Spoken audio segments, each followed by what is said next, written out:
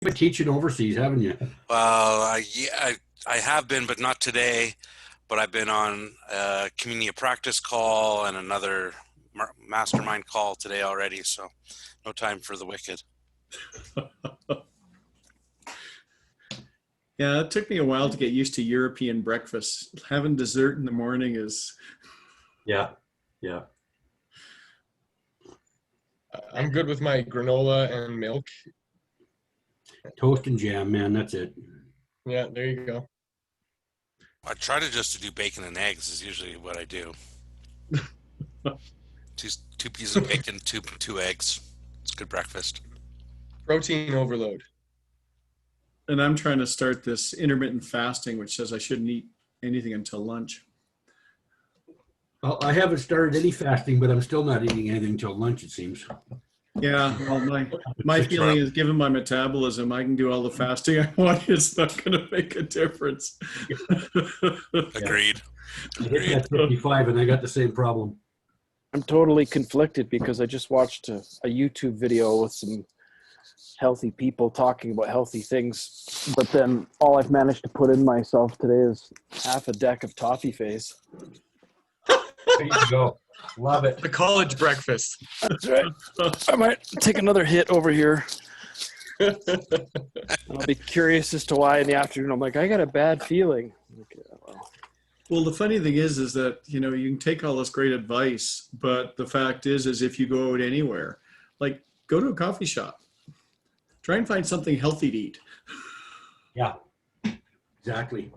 Would you like some carbs, some sugar, or some carbs? Or some carbs and sugar. 400% your intake of caffeine. Morning, Michael. we're kind of creatures of habit, and my conversations with Devon and with other people who approach marketing and education and from a systematic standpoint, I just think the problem is with the students, and then they're stuck in perpetual fight or flight, working in their business, never working on their business. You could have the solution right in front of them, and for some reason there's this just cognitive block of like they can't see that implementing that or investing in some effort would actually be the solution to their problem. Instead, like, I'm too busy for that. Yeah. Well, I found this reminds me kind of of grad school because of the healthy diet stuff. I just accepted reality. So I did up this, the Canada Food Guide thing, 4 basic food groups. Well, I did the grad school 4 basic food group guides. So it was caffeine, sugar, alcohol, and grease. I can tell you, I just was messaging some friends from the school I went to, Alberta College of Art and Design, is hiring in the faculty in the design department that I graduated from. So I reposted it and I tagged some people I graduated with 15 or however many years ago. And I was joking, all the inside jokes just flowed naturally. But one of them was just about vending machines. At the start of the semester, everybody has these high ideals. They're bringing packed lunches. They comb their hair. They're wearing fashionable clothes. But by the end of it, there's literally people sleeping for 3 days in sweatpants, eating nothing except for vending machine fodder. It's like, all those ideals come crashing down. I would love to have a copy of your poster, actually. Grad school food groups. Well, that's the overworked professionals 4 basic food groups, I'd say now. Nothing changes. It's just you go from one chaos world to another chaos world. Anyway, we're 5 minutes in. Hopefully we had a bunch more people registered, so hopefully they'll join in as we get going. But I do want to get us through lots of material today, and most importantly, we're presenting these as network shops. So we're going to be spending probably about half of our time in group discussion with all of you, sharing your own perspectives and ideas and experiences. And I find that's where personally I get the most value from these, as opposed to the the traditional webinar type of thing. So this will not be that. So gentlemen, you're going to have a chance to put on your thinking caps and be full-on participants. And I want to get to that as quickly as we can. So my name's Brad Gaulin. I'm the chief,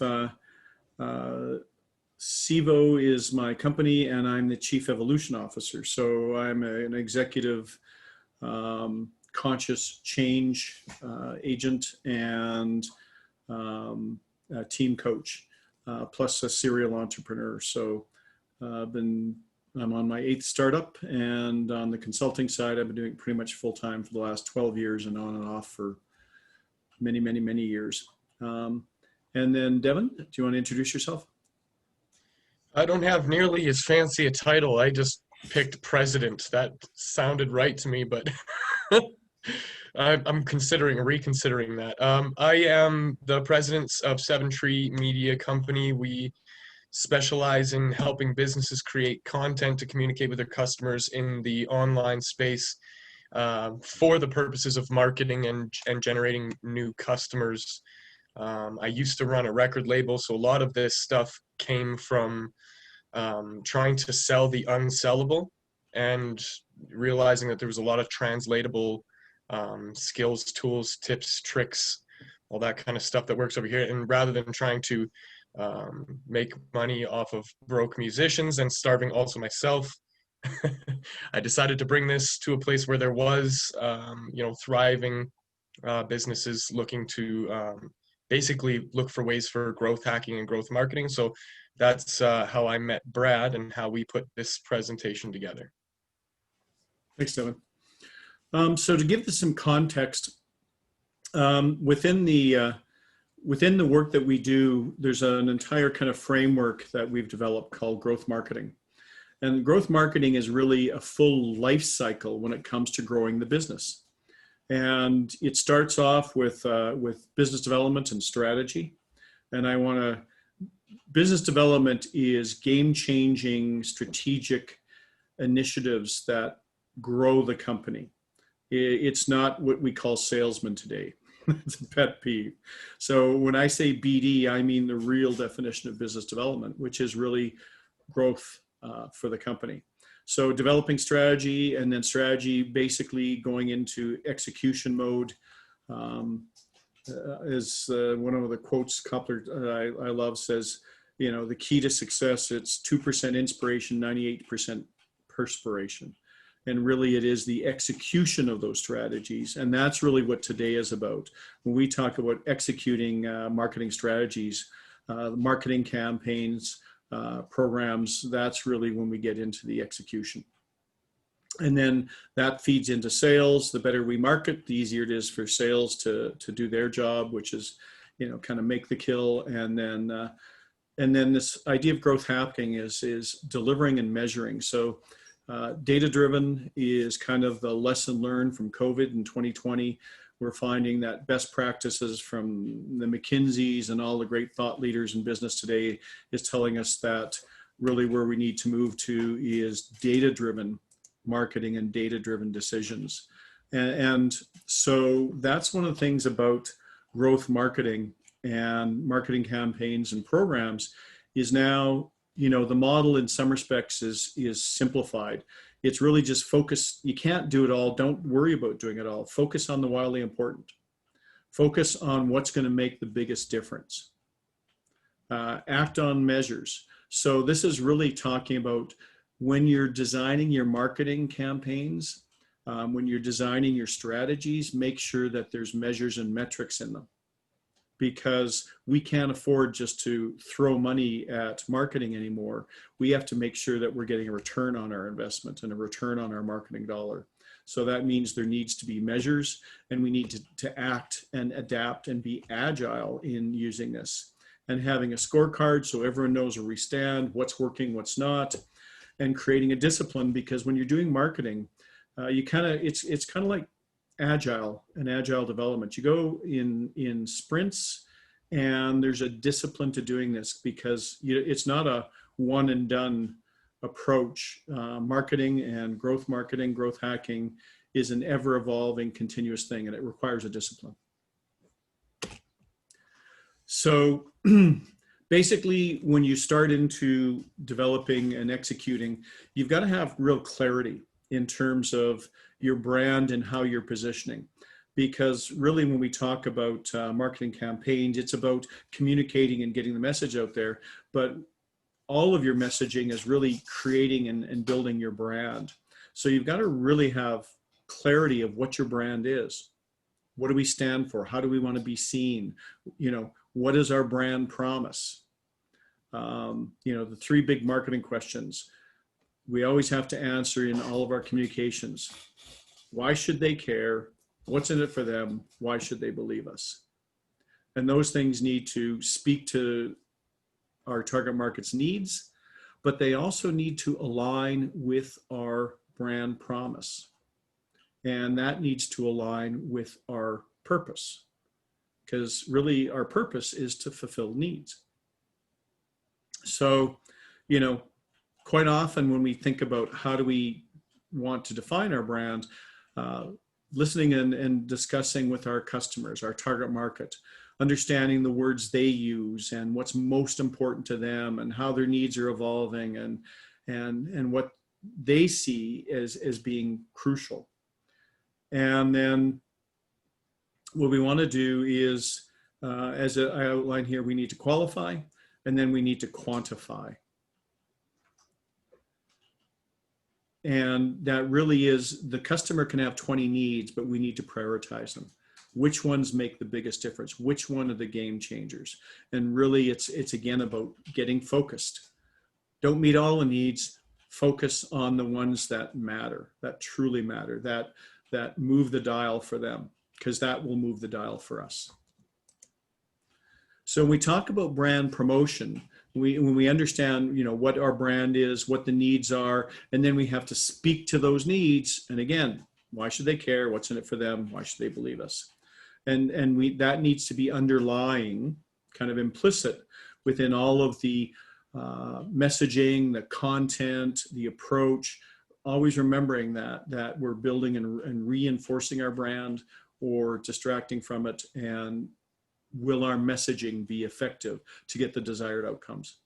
So when we talk about brand promotion, it's so much bigger than it used to be.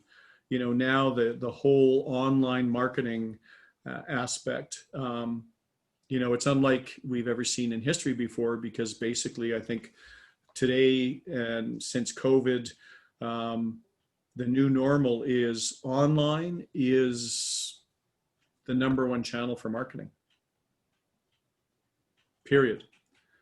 But we need to do it smarter. And so many people really don't understand what that means. And that's some of what Devon is really kind of, I think, make much more transparent today. So in terms of brand promotion, this is really just a checklist to outline all of the things that we need to think of and incorporate into our marketing program, marketing campaign strategy and execution. And again, when we talk growth hacking, which is kind of a new trend and a new phrase around marketing, the whole idea of growth hacking is really putting a lot more emphasis on the data, making it data-driven marketing programming. So, you know, sometimes we kind of think, oh, this is going to work great, or I love this campaign. I think this one really is gonna you know, kind of inspire people or influence people, etc. Well, those gut feels, you know, I found in my marketing BD roles, a lot of times that's what we had to go by. And, you know, you get the odd customer saying, you know, what they loved or what worked for them. But we've got to be much more efficient upfront, planning things so that we have data, can capture data, and use that to continuously refine and improve our messaging, our programs, and again, our cost effectiveness in terms of growing our business. So when we talk about marketing, growth marketing, there's kind of two, when we get into the execution phase, there's really kind of two things that we build in executing on our growth marketing strategies. One is we develop on the marketing side, we develop marketing programs. And we also then develop marketing campaigns. And the easiest way, I think, to describe that is a program is really a long-term approach. So a program can consist of numerous marketing campaigns to deliver and progressively take the target market along somewhat of a journey to get them to kind of an end behavior and end outcome that we want, ideally to become customers. So that really is kind of simply put, program is a longer term plan of action. A campaign is a short term systematic set of activities to deliver on a specific progressive outcome. Let's call it that. So when we talk about this, typically when we talk about programs and campaigns, there's creating a brand and product awareness. Really, we want to create awareness, then progress along kind of a more and more impactful levels of engagement with the client. And we want to generate leads that become opportunities, opportunities that become sales. And that really is, simply put, and I think all of us know this. But again, I think that the challenge we all have is this knowing doing gap. We know this, but are we actually applying this discipline to how we're approaching our own marketing, as opposed to just, I saw a good article, I think I'll just repost it and just kind of continuously do what we think is marketing, but is it working? We're keeping ourselves busy, but I wonder sometimes how much my busy is working for me. So what I want to do is I just want to kind of frame out our first discussion kind of from that perspective. Is our marketing working? Do we have a plan, and are we working to that plan? So I just kind of want to do a little bit of a discussion around that. So what I'm going to do is I'm going to ask you to take 2 minutes and just answer the two questions. Have you clearly defined your target market and your brand position? And I want you to score yourself 1 to 10. 1 is nope, and 10 is got it nailed. So have you clearly defined your target market and your brand position? Rate yourself 1 to 10. And what is your growth marketing strategy for 21-21? So I'm going to give you about 2 minutes to just kind of write down your thoughts to that. And then I'm going to go around the table and I'm going to ask everyone to share what they've got down.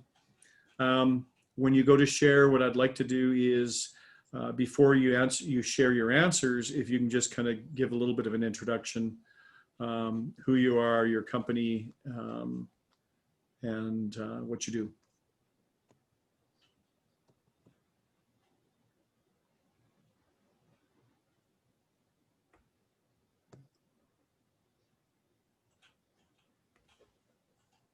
This is where I need a soundtrack of elevator music.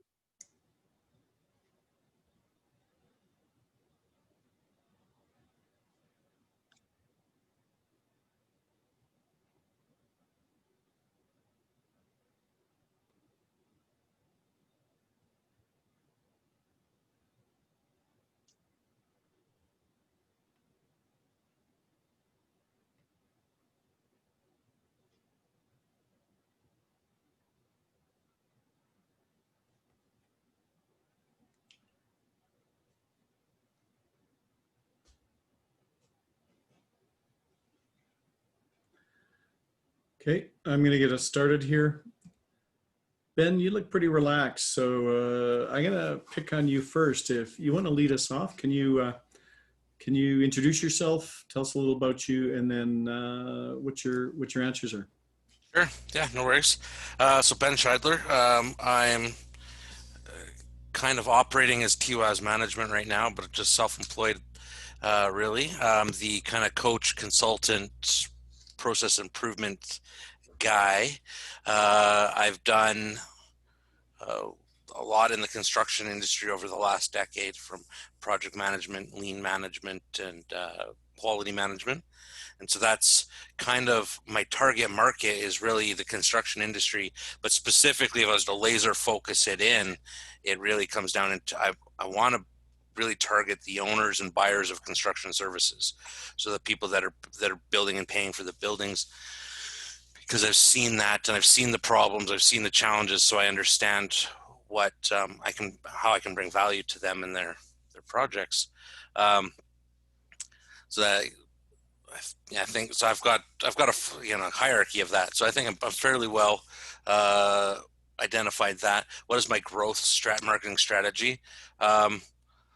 This is where I'm a little less laser focused on. It's trying to kind of a shotgun approach right now of different things. I've got some LinkedIn stuff that I'm going and putting out and trying to provide value out there. Some of my own content that I'll post there, that I'm posting on my website. And I just started yesterday. I identified of my contacts that I have, because I've been, as I said, been working in the construction industry for a decade. I have 1,000 contacts in that industry, and I identified all the decision makers of companies in those contacts. So people that were presidents, vice presidents, general managers, whatnot. And I sent them a message yesterday, and I said, hey, wow, this year's been crazy. Like, what are you guys doing for next year? Let's have a virtual coffee, 15 minutes. Attached kind of a little doodle calendar and said, here, just book a 15-minute coffee with me, and we'll see what each other are doing, and maybe there's some synergy we can have this year. And so that's the newest campaign and in 24 hours, I've had 2 people actually use the doodle poll to set coffees up. I've got one that basically says, contact me after Christmas. And I got one that I'm having a coffee with it too. So that's, we'll see what happens. Awesome. Excellent. Thank you. Aaron, do you want to go next? Thank you. My name's Aaron Russell. I'm a graduate of the Alberta College of Art and Design in 2004, done graphic design and marketing. I've always been sort of a mix of freelance and in-house, probably over that length of time, probably 70-80% freelance. Although the last 2 years, I've taken a gig with Alberta Health Services as a media producer, which has been a lifesaver because I'm a sole breadwinner of 5, so our burn rate's pretty big. On the side, in the last 3-4 years, I've put myself into the market as a graphic recorder, which is a person who attends meetings and is a tool that a facilitator could use to capture live event proceedings. I'm a doodle guy in the corner of a convention hall playing live Pictionary for a living. And COVID has really upended, as you're aware, the hospitality industry and those live events. And so I'm to the point now where, because of my graphic design background, I've been able to respond with my digital skills. And I am confident that my offering in terms of doing live digital event graphic recording is pretty snappy, and I make explainer videos. I wouldn't give myself a very high score. I'd be pretty low score, only because I'm a technician who from time to time will have an entrepreneurial seizure, but the rigor that's required of managers and true entrepreneurs is high. And so I have a lot of respect for people who keep the lights on and make it possible for other people to have a paycheck. But I'm a pretty a better technician than I am an entrepreneur. For 2021, I have noted that I feel good, and there's opportunity to focus on Indigenous work, truth and reconciliation work. There is there's a lot of opportunity there. So I'm really excited about 2021 because I'm doing a piece of work right now for some people at the University of Alberta about a piece of legislation, and I'm having a good time with it. And I hope that in the new year, as that content gets out there, that it's well received. And why I really am a big fan about it is the testimonials that I'm getting back from the clients is that it's more of a demonstrable impact that they're seeing with the people who they want to move the needle with. There's greater understanding. There's less intimidation by the law. There's more confidence on the part of the nations to ask questions. And so it's really wonderful for me to have found a place where we can talk about art and doodling in a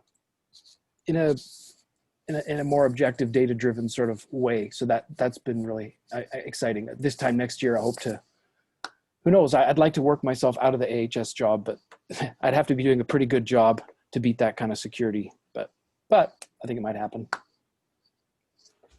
Awesome. Thanks, Aaron. Thanks. And actually, I would describe you differently. To me, you're a solopreneur. Yes. So you do have a business. You've got a very viable business, and you've been, growing it and evolving it for a number of years now. So I'd give yourself some credit. I think solopreneurs is really the future. And as a matter of fact, you want data.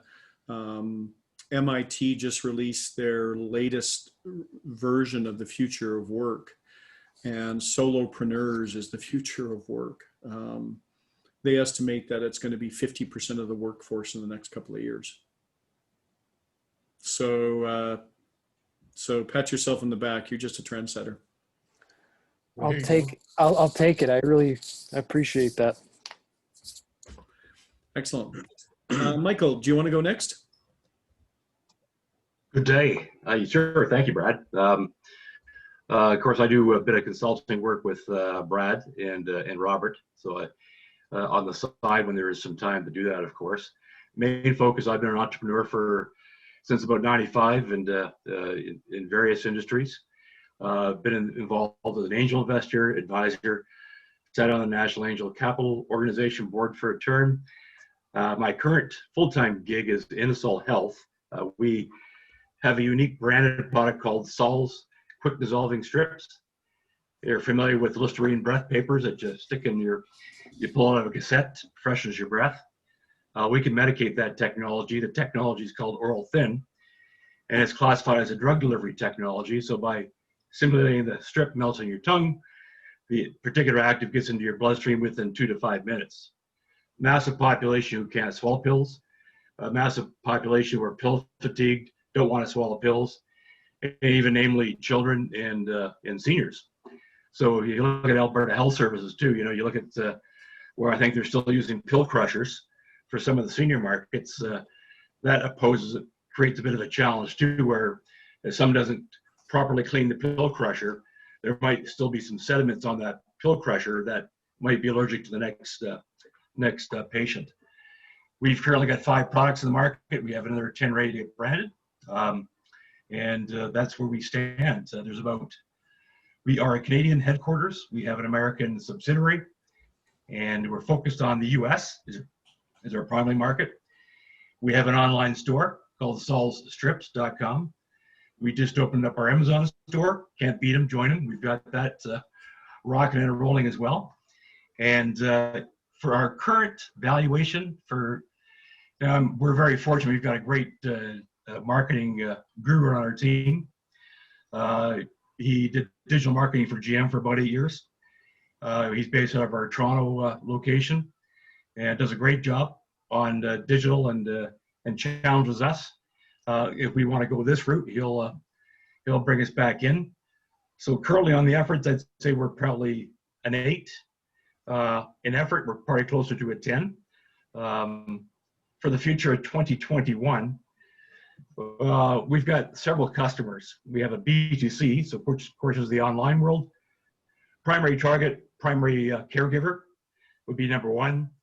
And then people who are active, people who are into health and wellness.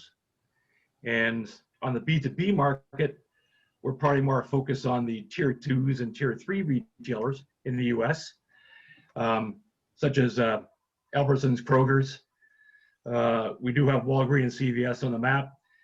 Most of the US buyers are sitting at home. They are displaying reordering current inventory right now. So that's the challenge we'll have for 2021. And on the foreign markets, I'm going to call them B2I, business to international. We've got about 12 international countries that want to start ordering product once COVID kind of gets out of the way. So it's kind of where we're at. So Michael, you described your strategy kind of looks like it's kind of multi-pronged. In your B2B, is that really kind of a channel strategy? It's a channel strategy for sure, absolutely. Probably some of the marketing that we would target there. Progressive Grocery, a big publication. Drugstore News, they're a large media group which would have digital campaigns.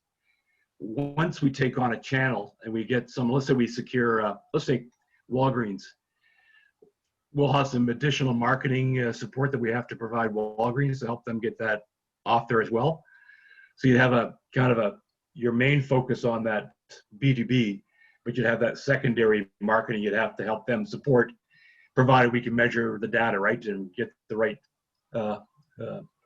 returns that we expect to get, that turn into revenue. And making sure we're not doing anything that's a random act of marketing. So it'll be strategic and focused on making sure that it's the right effective marketing with that group. So are those bigger distributors? Are they kind of pushing you into pilots to try before they buy type of thing, or how are they approaching it? Yeah, kind of. Yeah, yes and no on that one, Brad. Good question. In some cases, most of them have to get pushed back. So let's say we're dealing with the Walgreens and CVS. Once they show interest, it then gets pushed back to 3 main distributors. These 3 giants kind of control that middle ground, such as Cardinal Health, McKesson, and AmerisourceBergen. So they get their cut out of the puzzle as well. In some cases, the direct store distributors, and there's lots of those in the US versus Canada, they would start off with a test pilot. They would pick, maybe 3 or 4 geographical regions where a Walgreens or a CVS they now just do it nationally. They don't worry about doing a regional test pilot. They go full bore nationally with their campaigns. So it's different in every case, I know. Michael, do you have a direct to consumer campaign put together as well, or are you looking only for retail storefront space? We do. With our online stores, we do. We have a steady flow of Facebook, Google, Instagram, Pinterest, and LinkedIn. So the team, including our shareholders, will make sure that they're always coming on to like the weekly posts if they're active in social media, and of course populate that throughout their network as well. So we do have that on a regular basis for sure. Okay, cool. Thank you for sharing. Yeah, thank you. Robert, do you want to go next? You bet, absolutely. Sorry about that. I had to leave because my fan just kicked in and wouldn't shut off. So if it comes back on again, I might have to leave. At least I can mute when I'm done. To answer your 2 questions, first, I think I'm about an 8 out of 10 in terms of defining my target market. I'm really close. I think I'm close, but not 100% yet. In terms of the strategies for next year, well, any growth is good growth for me next year. So that's where I'm focused. But we've got a number of programs between Brad and myself, and then myself on my own. I've got a number of different programs that campaigns, if you will, with a strategy with some campaigns behind it. One of them is the YouTube channel that Brad and I are developing currently on our Mexit program, which is the maximizing the value of your exit, which is helping business owners prepare their businesses for a successful sale. I've got a number of campaigns around that. One is in terms of talking to trusted advisors, getting relationships and building strategic partnerships with trusted advisors, accountants, lawyers, financial advisors. And the other one, of course, is good old marketing. Phone people up, tell them what you do. So I've been creating a database of the various types of people I need to be talking to and want to be talking to, which are my target market as well as those strategic partners. So that's kind of where I'm at, and it's consuming a lot of my time right now getting ready for 2021 because nobody wants to talk to me right now. Oh, there is another part to it, and the other part to it is the value add, the pro bono give back to the community piece that Brad and I have been doing all year, which is developing content that we can deliver to local businesses around the province through their economic development and chambers of commerce that can help small business owners in the regions help themselves essentially. So we've been quite successful in contracting with the various economic development offices and chambers around the province to deliver that content, and we're working on a couple more at the moment. Excellent. Thank you, Robert. You bet. So before we move on, I just want to see if anyone has questions for anybody else kind of in the room. I'll just kind of throw open the mic to anybody. After hearing kind of what each other are all doing, any thoughts or questions for each other in terms of some of our strategies, what we're doing? Do you see any kind of things that might be kind of strategic between each other? So let me just put out to you guys.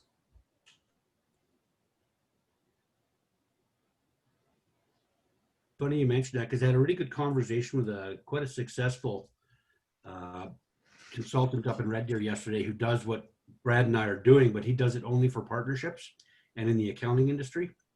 And he made a really good comment. He said, find the people that work with the people you want to work with and align yourselves with them. So that is pretty much in line with what Brad and I are trying to do with our strategic partnership piece. But even for you, Ben, find the people who are working with those companies already and get yourself organized with them. Same with you, Aaron. I mean, align yourselves with Indigenous relations people, right? And find ways to become well known to them so that they can be your advocate.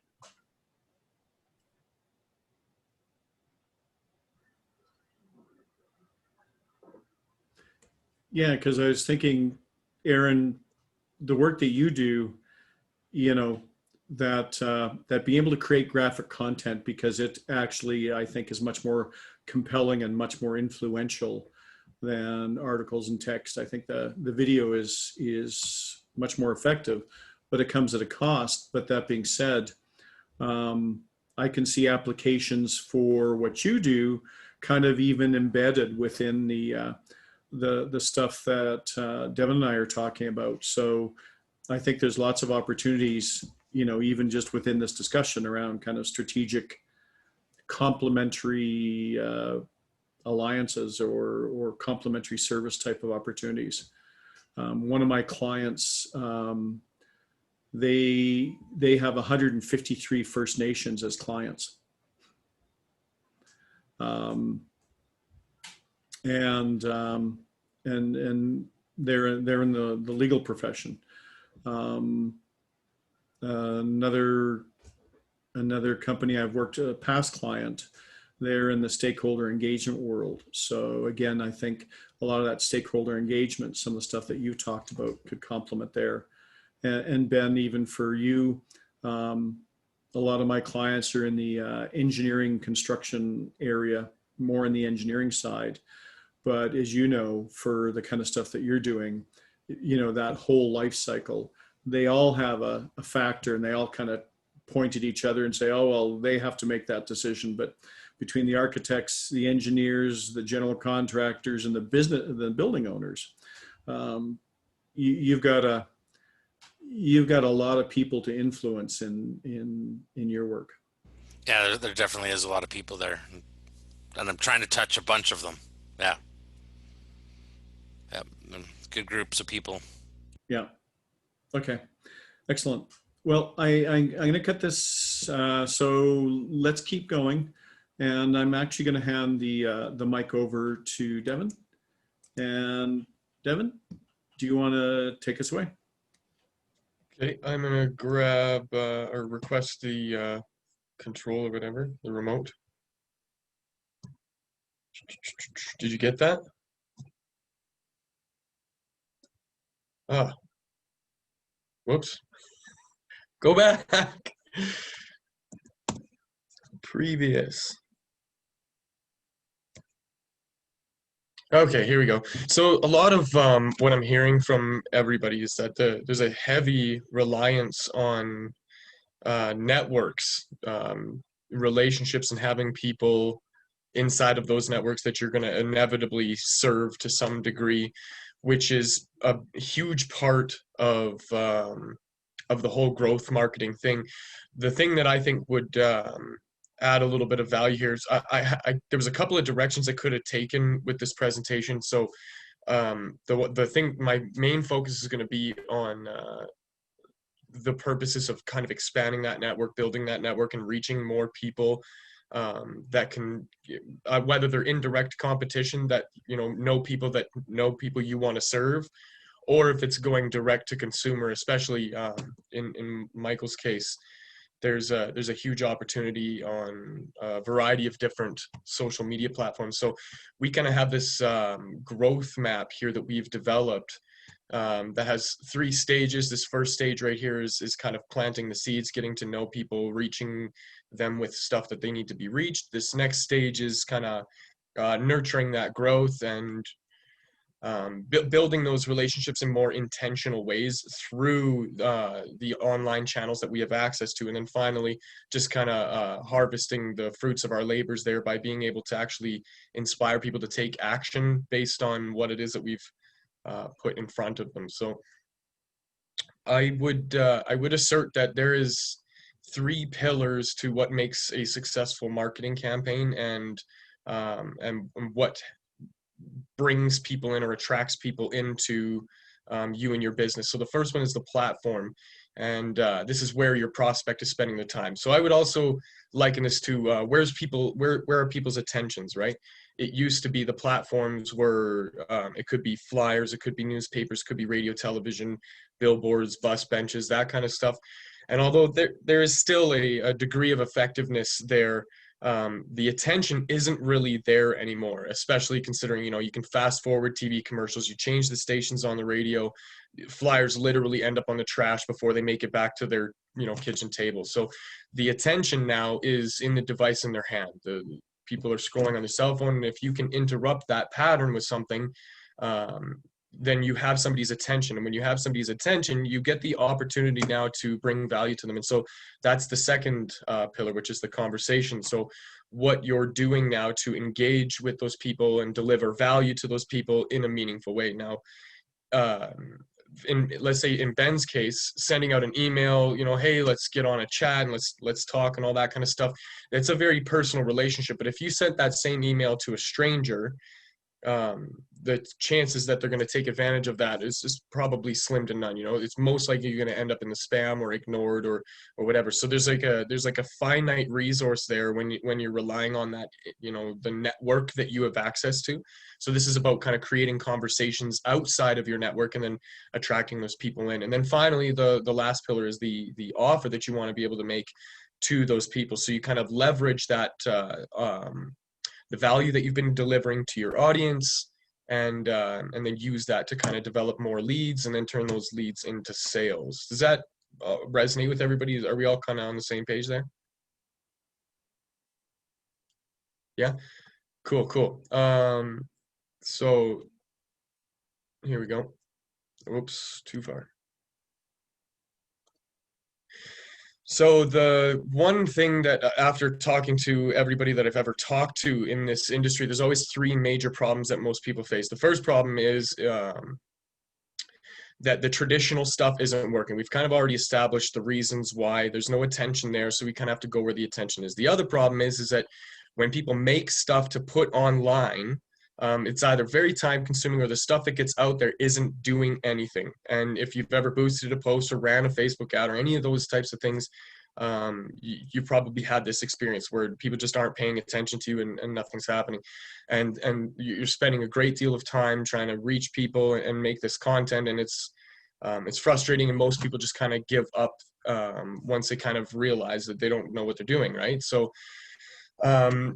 we developed the sustainable content model as a method for communicating with people in a predictable way that brings and delivers value to the people prospecting, to the people that are looking or in your space or trying to learn more about what you do. So the idea is to consistently create content in a meaningful way that provides value to the people that you're looking to serve. Use that content to build an audience of people who are interested, and then you kind of, cherry pick out of that audience by using very contextual offers to those groups of people that will entice them to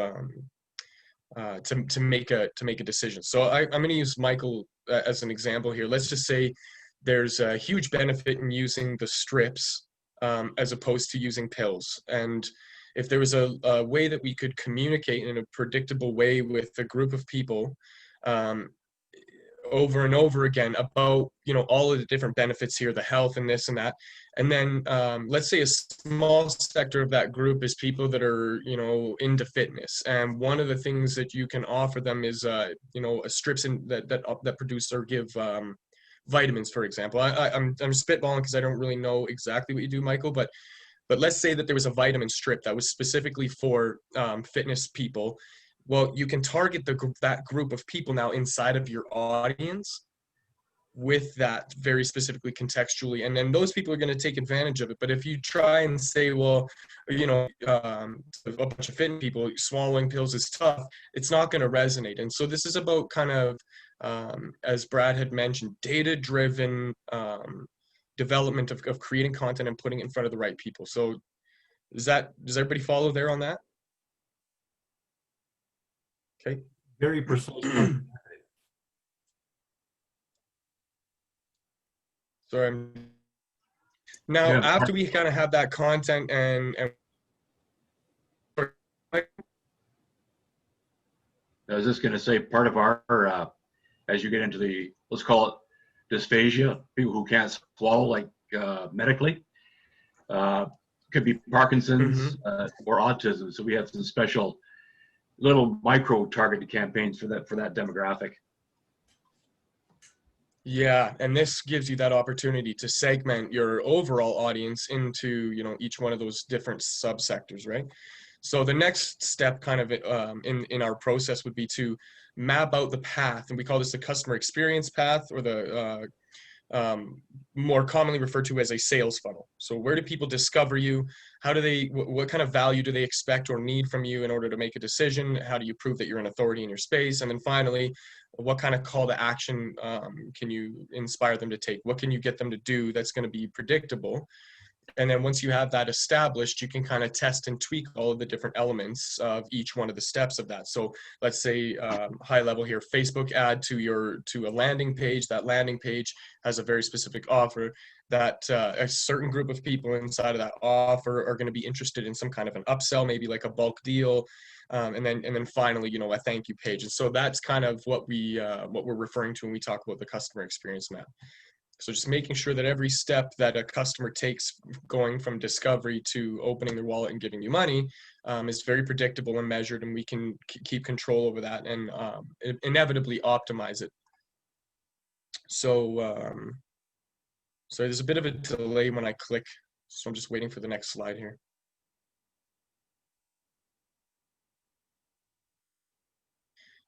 Whoops.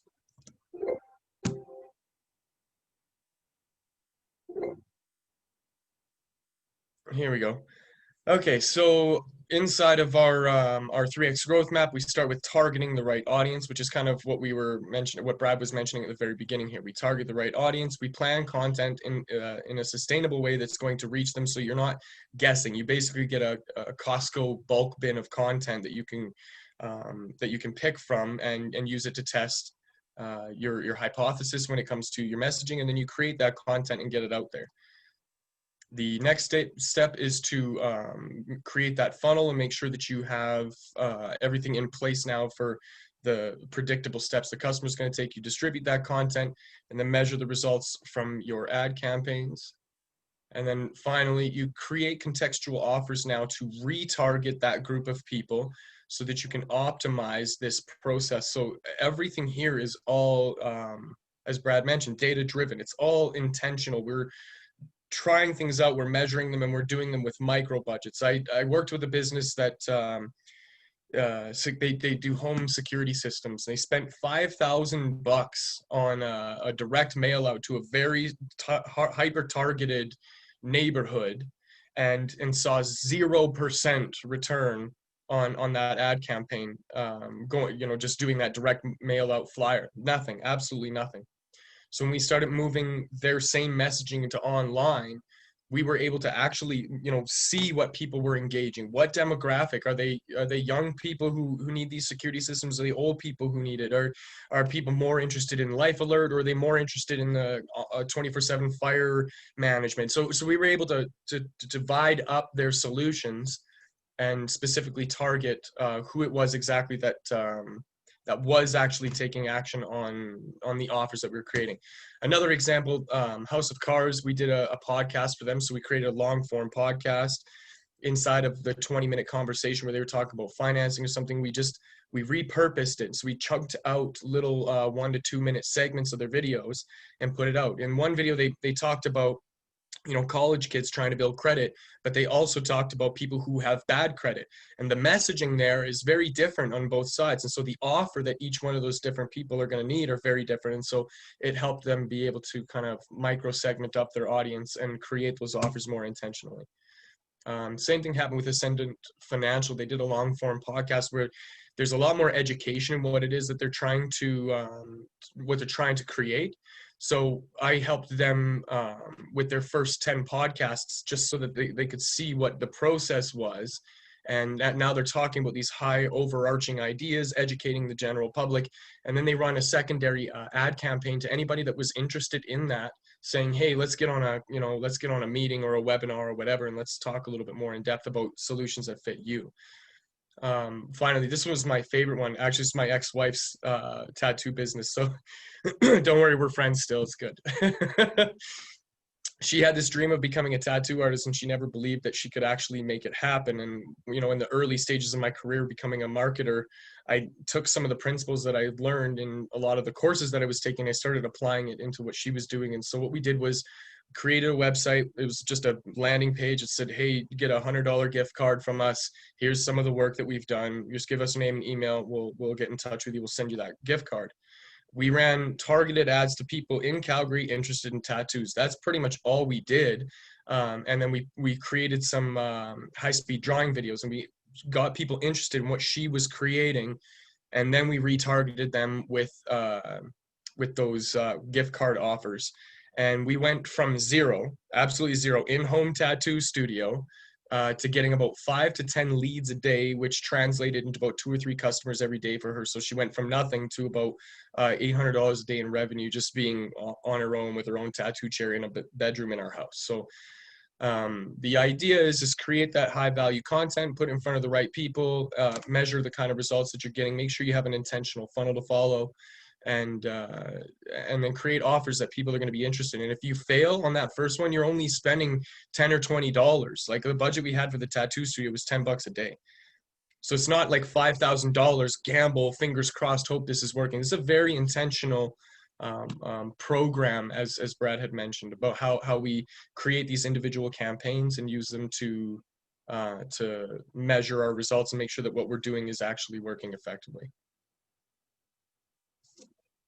So Brad, I guess I'll have you kind of step in now and lead this next group discussion after that rant. Is there anybody have any questions about that? I hope that was clear. Actually, we can get into details on that in this discussion. So Okay. let's kind of embed the questions you might have into the discussion itself. So this time, again, I want you to self-reflect before we start into a full discussion. Based on what you've heard, the model, 3-phase model that Devon presented, what do you think, how can you see applying that model?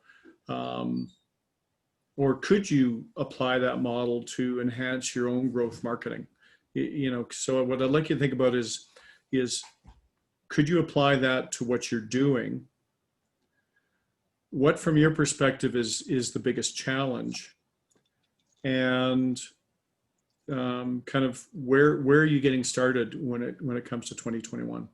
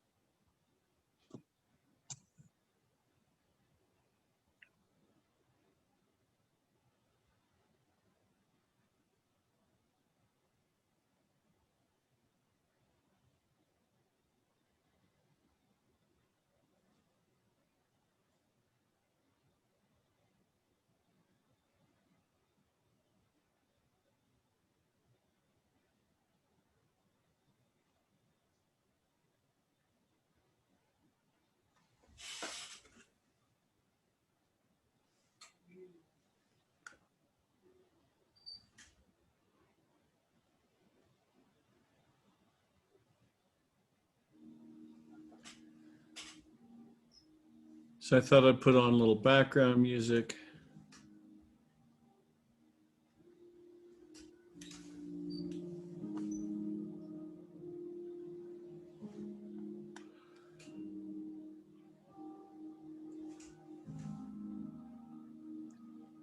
This is perfect.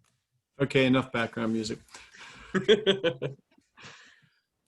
Actually, Aaron, I'm going to get you to start this time. Do you want to kind of lead us off? Kind of, how does this relate to what you're doing? What are your thoughts?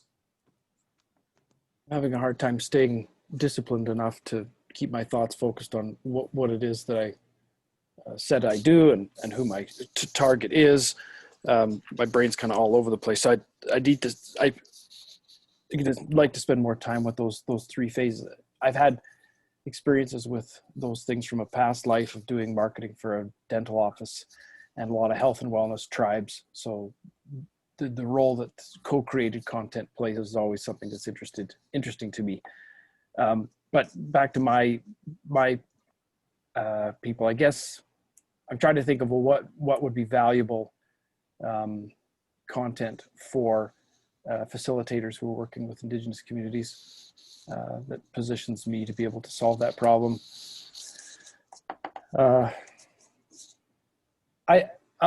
than the testimonials, I mean, I guess that's the reason why what I'm hearing from this one client is so exciting, is because I get that people like what I do. I get that it's fun. And even there's some anecdotes about things being memorable, but their testimonials are greater than what I could have imagined from you're outperforming a studio that charged us. I mean, I talked with them and I was sort of jaded about it because there's a lot about my industry. Like I'm an artist servicing marketing types, but all that brand awareness that you talked about at the start with no real demonstrable ROI or key performance indicators that sort of pad the egos of the marketing agencies, leave business owners empty-handed 18 months after the fact, are not doing anybody any favors. And so I joked to this client and said, yeah, a lot of people, they'll make something that the metric has been designed to serve them as opposed to serve the customer. That relationship's not sustainable, even though they can keep their hands clean and say, oh, we did exactly what we said we're going to do for 18 months. Look, here's all of our reports and our metrics. And I'm like, that's great, but a true relationship would be built with some measures that you've learned. So the micro testing, you're learning and tweaking and continually asking, are we measuring the right thing? Is the true objective being achieved? Not mine, but yours as the client. So I guess the answer is I don't know yet, but my gut tells me that something really, really good is happening when what I'm finding out is that as a solopreneur, I'm outperforming full agencies that have charged 6 figures for videos that fell flat, even though they won awards. And it makes me excited. It makes me feel like, oh, I'm coming for you guys. and the difference is, sorry, I'm having a hard time staying on track, but the difference is actually the niche, because there's a lot of explainer video that you can buy and a lot of more reasonably priced than having me hand draw everything. But I don't think that what I'm doing is actually has as much to do with the fact that I can draw as that I can generate appropriate metaphors, and artificial intelligence can't do that. You can upload your scripts online and free platforms will grab clip art and actually assemble an explainer video for you. But there's a symbiotic, greater than sum of its parts dance between what you hear and what you see that comes from contextually putting things in the visual that are not in the audio, but that together are magic. And so I'm getting some traction with that. It's expensive stuff. It's obscenely time consuming, but I would assert that in certain situations, not unlike, Devon, you're talking about video content. I actually, at the beginning with this client, talked about Hero Hub and Help content and saying, she gave me a 51-minute presentation. And I said, well, let's break it down and find the hero moments, and I'll execute the hero moments. Those haven't got a snowball's chance in hell on social media, these 90-minute or 90-second bits, and pull people back into that other content. Anyways, I don't know, but I really appreciate having the opportunity to think about all of what I've done in the past and what I'm doing now with Devon, with those steps. I could spend some time, and I'm actually looking forward to over the Christmas holiday, spending time with each of those 3 phases of the 3 steps in the 3 phases, and thinking about my answer to that question. Sorry. Well, it's interesting because to me, what you're offering is stories that work. Wow. You know, because at the end of the day, First Nations, the energy sector, I can think of many, many sectors that have been completely ineffective in getting their story out and being able to influence the public perception and public support. I put one on LinkedIn the other day, just as an example, and this is kind of jaded. It wasn't really there. I tagged some people on LinkedIn that are way too high up in the C-suite to actually come on and make a comment, but I thought it was entertaining nonetheless. And I positioned Alberta as being like Cinderella, locked away in her cupboard with these stepsisters. Like, you know, when I fly into Vancouver and I look down and I see all the coal ready to export, or whether I see Saudi tankers in the St. Lawrence, like, I just have a hard time feeling Canadian if what being Canadian means is condescending to this redheaded stepchild stuck up in the loft there with her, roughneck mice. For decades, she's worn this tattered old gown that she manages to put together. But you know what? She's going to spoil the gala. She's going to spoil the ball, not by showing up with tomatoes or like air raid horn, but she's just not going to show up to do her work in cleaning the palace. Anyways, so to me, I'm like, I'd love to see that cartoon. But anyways, those are the kind of metaphors that when I think about, I chuckle and laugh. Well, you know what, Aaron, there's an opportunity actually that I'm just kind of uncovering as you talk. Are you guys all familiar with the Joe Rogan podcast? Yes. Yeah. So what Joe Rogan does, he's got 4 hours of him and somebody else talking about whatever it is they're talking about, aliens and whatever else. But inside of that 4 minutes, there's always a bunch of things that are really, really great. And they take those and they chunk them down into 10-minute or 5-minute pieces. And they put it on a completely separate YouTube channel. And that separate YouTube channel is the Joe Rogan Experience clips. And that's all they call it. But then they do it even more. They take those clips and then they find the funniest or the, most outrageous ones. And then they create cartoons. And this is JRE cartoons or something, and it's a completely another channel. So from that 4-hour conversation, he gets hundreds of pieces of content.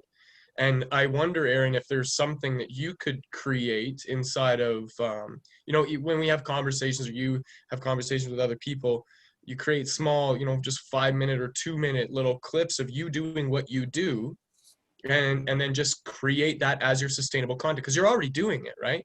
And then some little call to action at the very end that says, if you like this, if this worked for you, let's talk about how I can make it work for, whatever else you're creating. And then use that to perpetuate your incoming client base. Does that make sense? Yeah, I'm running to catch up. I love Joe's content and trying to reconcile the heavy lifting required to make those watchable bits. But it's exciting. It makes me feel excited about. Well, I think there's a big opportunity here. You being a content creator, basically what does every business need? And I can think of, there's an initiative in the energy sector being led by June Warren. And I know some of the associations on it. CRIN is the kind of new association they formed around it. And it's around ESG, environmental social governance, and portraying ourselves differently, all this kind of stuff. But you got a whole bunch of engineers and accountants and scientific types, and they're the worst storytellers in the world. Yeah. If you want a better outcome, the way you get to it is to tell a better story, and that's really what you do. You tell stories that work in terms of making the impression, getting the emotional response that you want, because it's emotional responses that create action, and that's what they need. And that's just because our brain is wired. The limbic brain is the action center of the brain, and it's controlled by emotion. So it's the science, but they're approaching it completely wrong. And in a sense, I think you telling stories about how your approach is much more effective and it will get other people what they want is the marketing campaign that you need to build to sell yourself. You need to eat your own cooking. Ah, Tell your own story about what you do and how it gets other people what they want.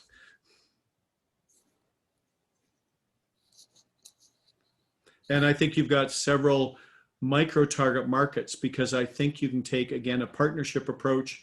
Marketers need content. You're the content guy. Only you're the next level of content in terms of effectiveness. And there's, I think, one of our clients we're dealing with right now, we're developing a combination push-pull strategy.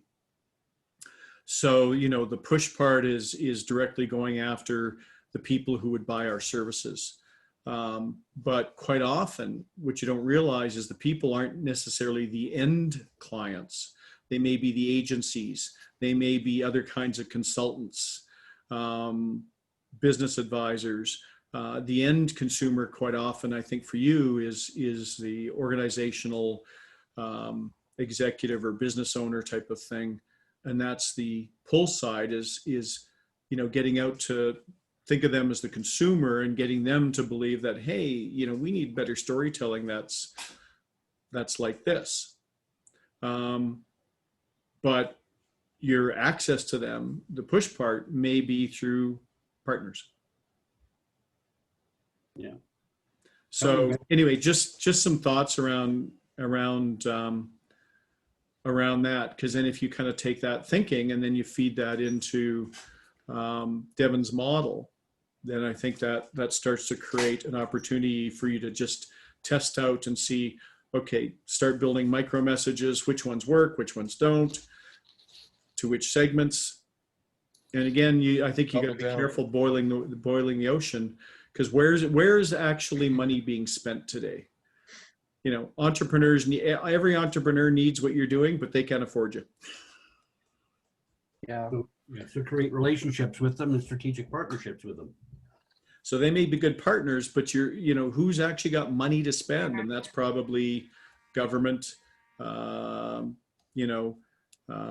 think the First Nations in some areas, they're getting government funding. So being able to facilitate some of that. Medium to large organizations, especially ones who have lost social license.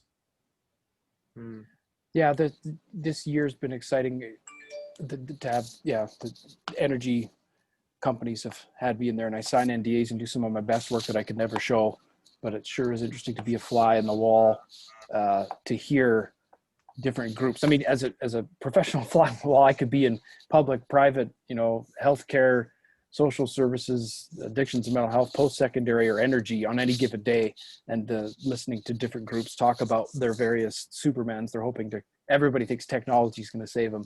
It's fascinating. I really appreciate it. Stories that work. Brad, I'm going to have to, Hey, if that URL is available, oh my gosh, because that really landed for me. That's the highlight of this week, is that stories that work. Good. I'm glad you got something of it. Ben, let's shift over. So what are your thoughts for yourself? It kind of aligns with where kind of my head's been at recently. I've been in the story brand space for this year, and so and it just very much flows with the discussion we've just been having. And I've really, and this is the shift for me, which is really hard to make, is I still want to be the hero of the story. And how do I reposition myself that my client is the hero and that I'm the guide to help them achieve their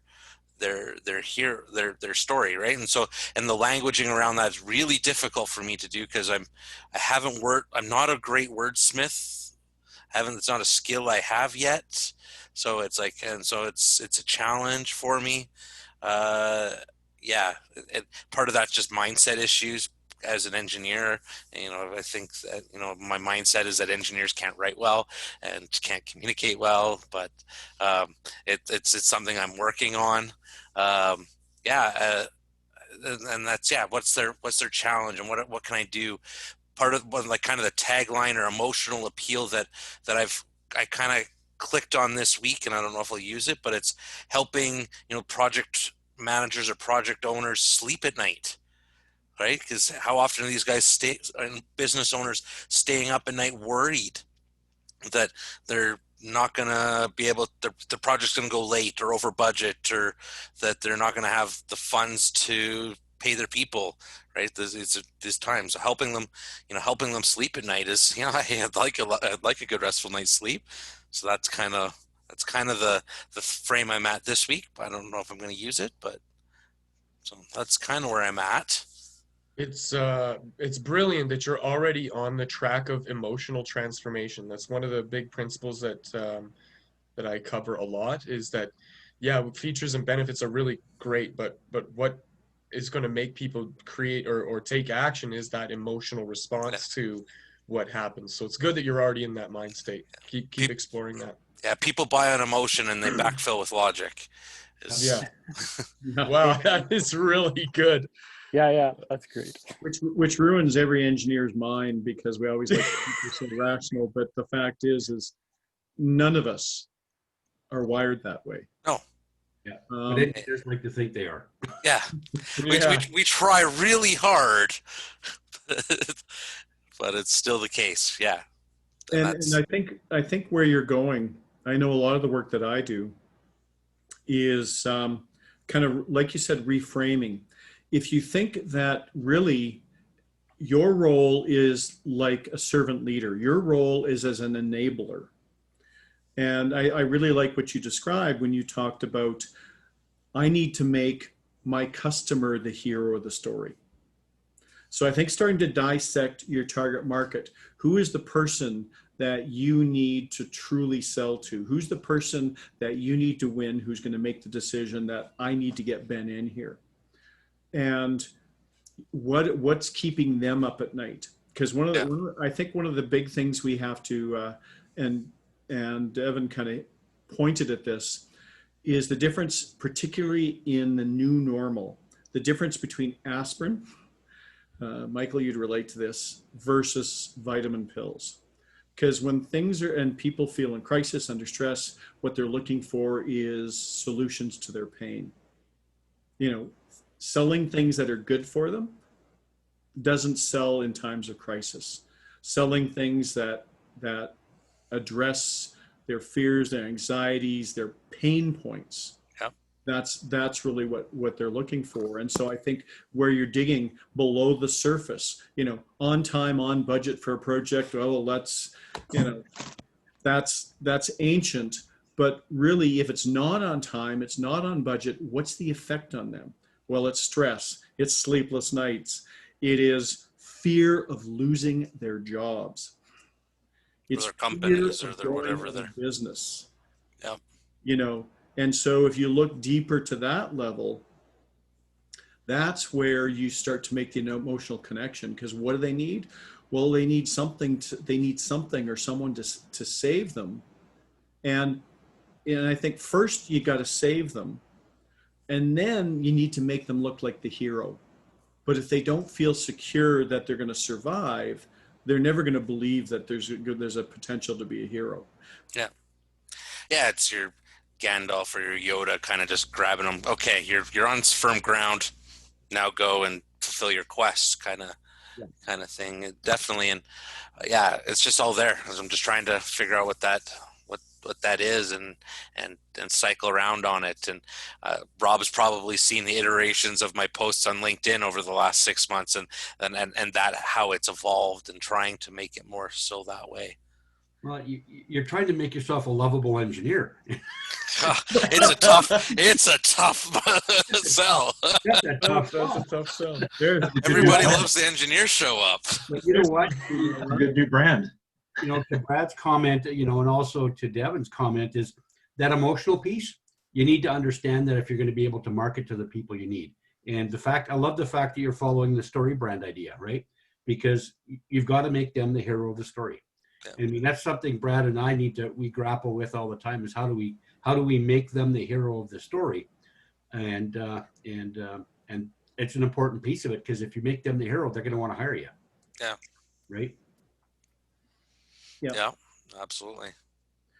And, you know, so I think it sounds like, based on what you're describing, you're really kind of partway down that road of testing out first the micro messages and figuring out which are the right messages and which are the right messages for the right micro audiences that Yeah. you really want to go after. The challenge that I have, and I know I've chatted with Brad or Robert about it in the past, is, you know, and that's the great medium to long-term strategy. I need sales now, though. Yeah. This is, Yeah. I need cash, right? Like this is, you know, and I'm trying. That's why I'm trying this shotgun approach, because I need to make some sales that are local, because, you know, I'm teaching virtually to groups in Qatar, but it's not consistent. It's not local. I want some people here that I can have some longer term stuff with. Well, and you know, funny enough, I would argue that the shotgun approach, the longer you do the shotgun approach, the more people remember you or recognize you. So you're still doing the same process, but you're doing it and being angry that it's not working at first. And then when it does finally kick in, you're like, see, I told you it works. Yeah, but I think awareness. Your model really is, you start with the shotgun approach, but by using data and You figuring out find what which one's the works, most. the approach takes you from a shotgun to a rifle. Right. Yeah. Yeah. Yeah, on data, I track data. I'm a good engineer. I know how to manage. I got my data. Data's your middle name. Data, Excel, or like this. An important part of this whole process is, before people will even understand what you do, they need to know that you're there. Yeah. And that's kind of why the shotgun approach. I mean, I'm utilizing a partial shotgun approach in my marketing. Yeah. Which is twice a week. I'm doing these little postcards, if you will. You've probably seen them. Yeah. Right. And the reason I'm doing that is strictly awareness. Yeah. Strictly, I don't expect to get any business out of it. All I'm trying to do is get people out there knowing that, hey, this guy is talking about this issue over and over and over and over again. Right. It you know, eventually it gets through to some people, but you can't use that as your only approach. No. Yeah, and I'm doing that one that our friend Peter talked about the other day, of I come off a call like this and I'm like, hey, you know, just got off a mini mastermind with this guy, or, you know, coffee with this guy, right? And so just I mean, your name shows up in the feeds then constantly.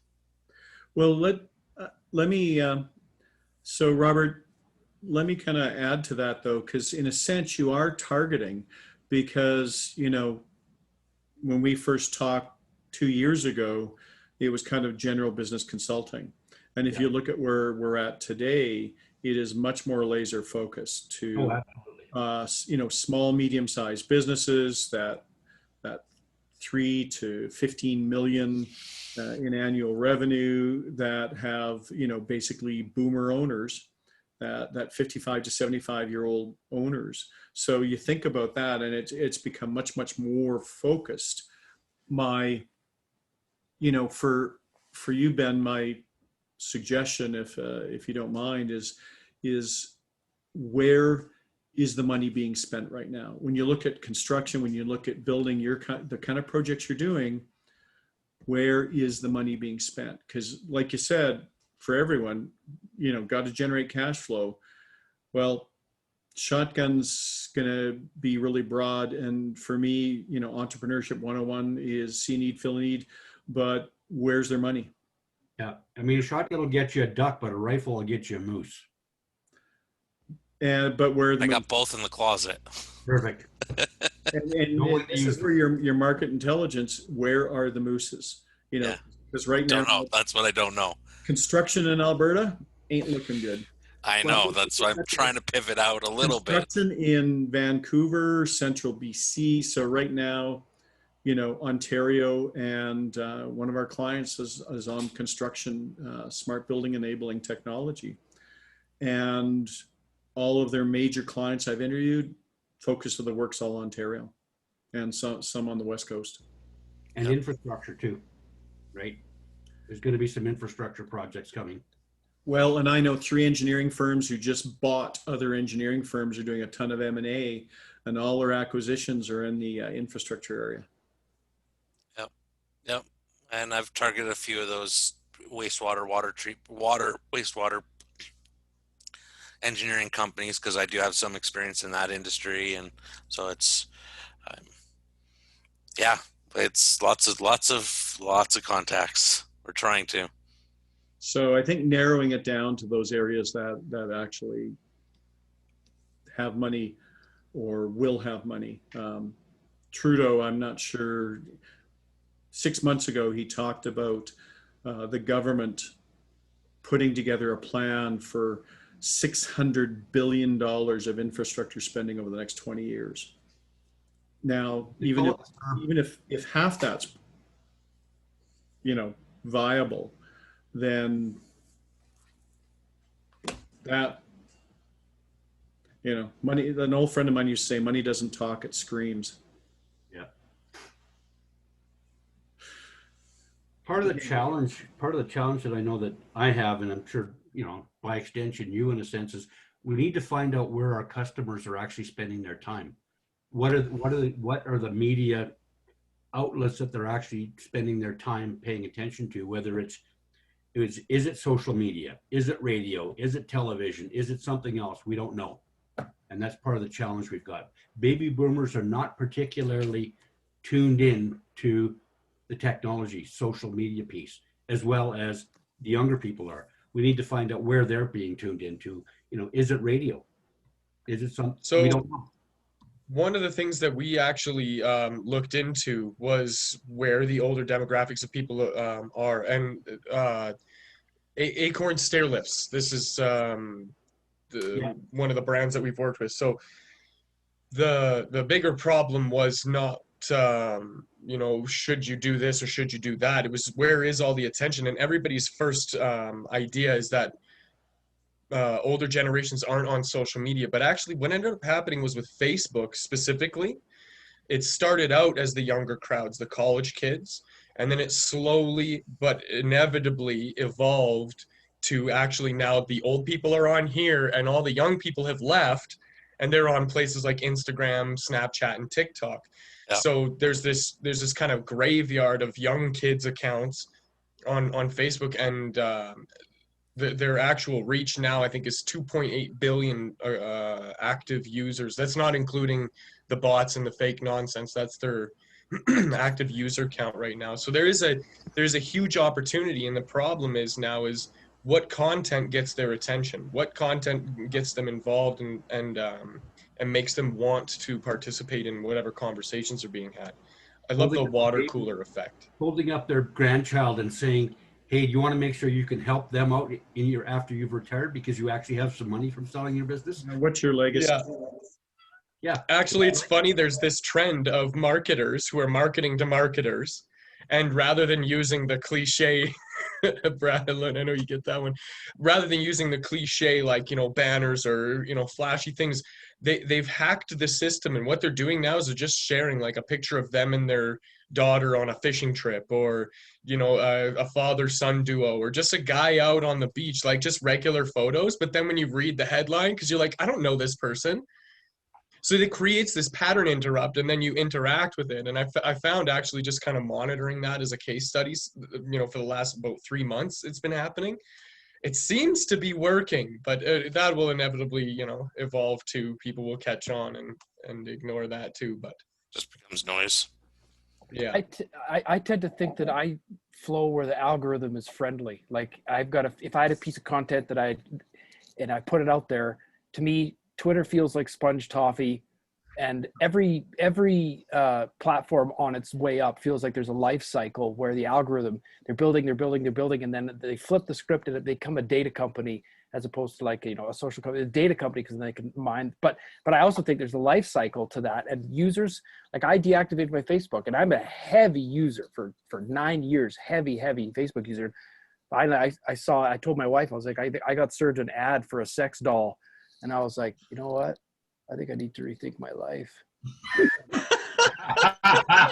and I deactivated. So that energy is flowing a little bit more over to LinkedIn. And I really am a fan of LinkedIn's algorithm. You could post, and if it engages, it's still alive 2 weeks later. Yeah. But I like to think that the companies themselves, it's like, if you think you're too big to fail, screw over your clients repeatedly, and the market will tell you if you're too big to fail. It's hard to comprehend Facebook dying. Goodbye Sears, goodbye Zellers, goodbye Toys R Us.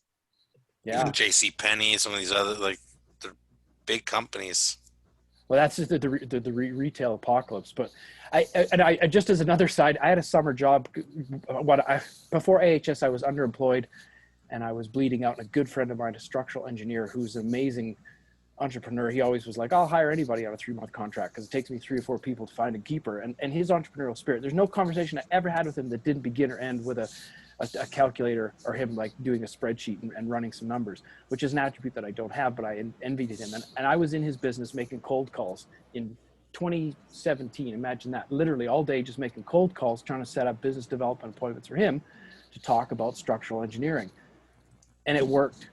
And the fact that it worked was so instructive to me about like relationships and mediums and tools that are a means to an end to establish relationships and trust.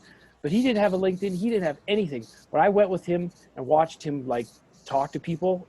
And it was like, his dad was an insurance salesman. And I thought a lot of his attributes came from just knowing how to talk to people and asking them. Like his old man, if you were in a conversation with him for 1 minute, he would ask you just straight up, how much coverage do you have?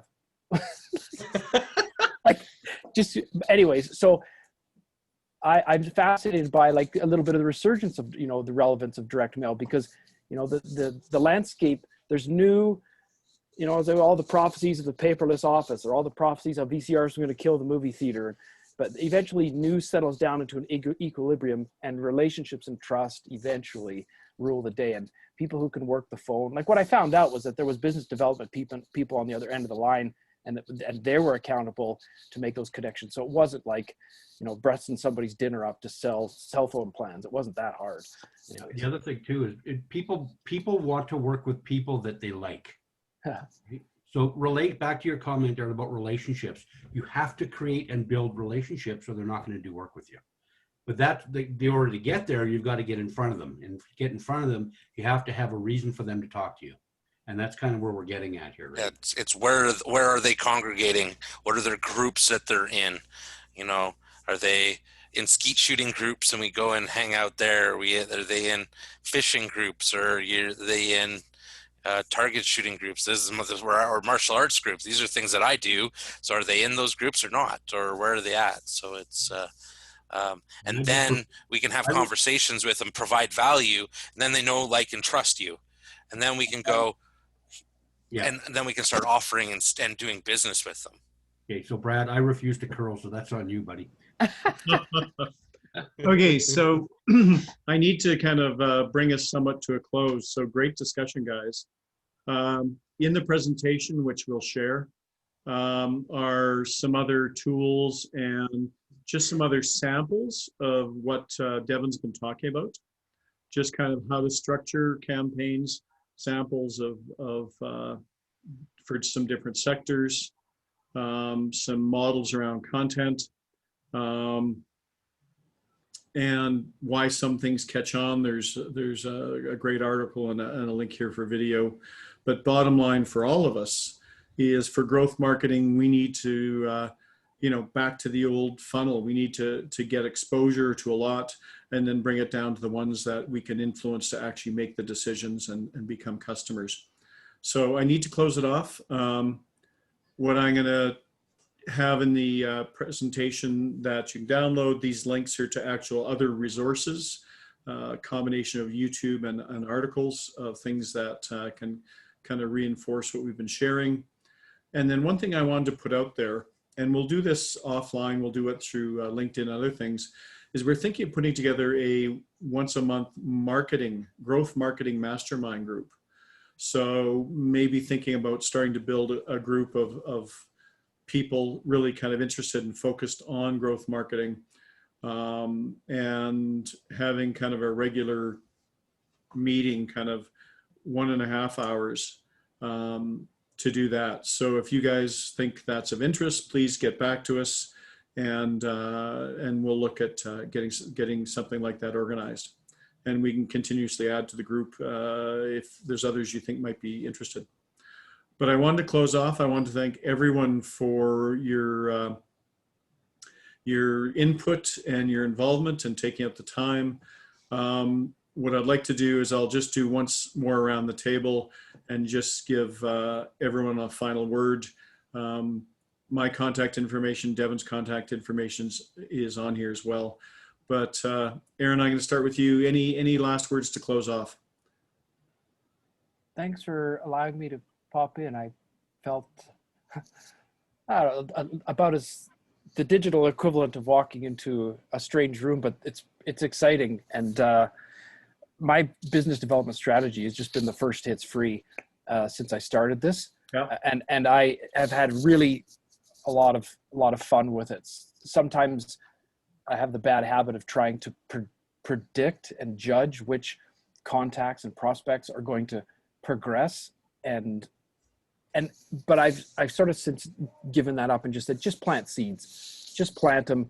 And because sometimes, which means sometimes walking into strange rooms is the best thing you could possibly do. Yeah. Anyways, and but I also appreciate your insights. Brad, you strike me as being an exceptionally good listener and distiller, and I appreciate everybody listening to me in this age of attention spans being eroded to 8 seconds on TikTok or whatever. I appreciate you listening and demonstrating your listening skills on my behalf. So thank you. Aaron, be better stories, man. Ben, final thoughts? Yeah, just great, guys. Glad to join. Marketing is always on the forefront of my mind right now, obviously, and glad to help refine and refocus that and how to get where I need to go. So yeah, appreciate it. Thank you. Michael? Thanks. Well done, guys. Yeah, a couple things. There's always a lot more to add and input, but as along the path that you were talking about too, and as you know, Brad, Jim Collins, good to great. It's like, fire bullets before you throw the cannonball out there first, versus throwing the cannonball. In a marketing crew, there's always test and try again, but you got to measure it, and what gets measured gets done and gets you the results that you need. And we find that short video content works really well for us. We're lucky to have a couple actresses that are well known that do it for free or become shareholders, but people have that attention span. And as someone has coined, and we're kind of getting around that, especially in today's digital era, it's Google apocalypse, right? You get hit, hammered from all over the place. And those who used to send 1 email a week now send you 5 a day.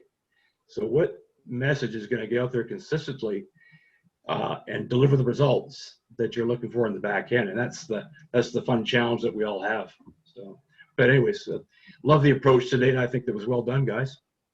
Yeah, Thanks, Michael. Robert? extremely well done. Really love the content, and it's relevant, and it's something we can all take something away from today, I think, and use. Well done, Devon. Well done, Brad. Yeah, thank you guys for showing up and hearing us out through all of this. I do really appreciate your time. I'm gonna get some more people coming. So Yeah. Devon, do you want to finish off for today? Sure, yeah.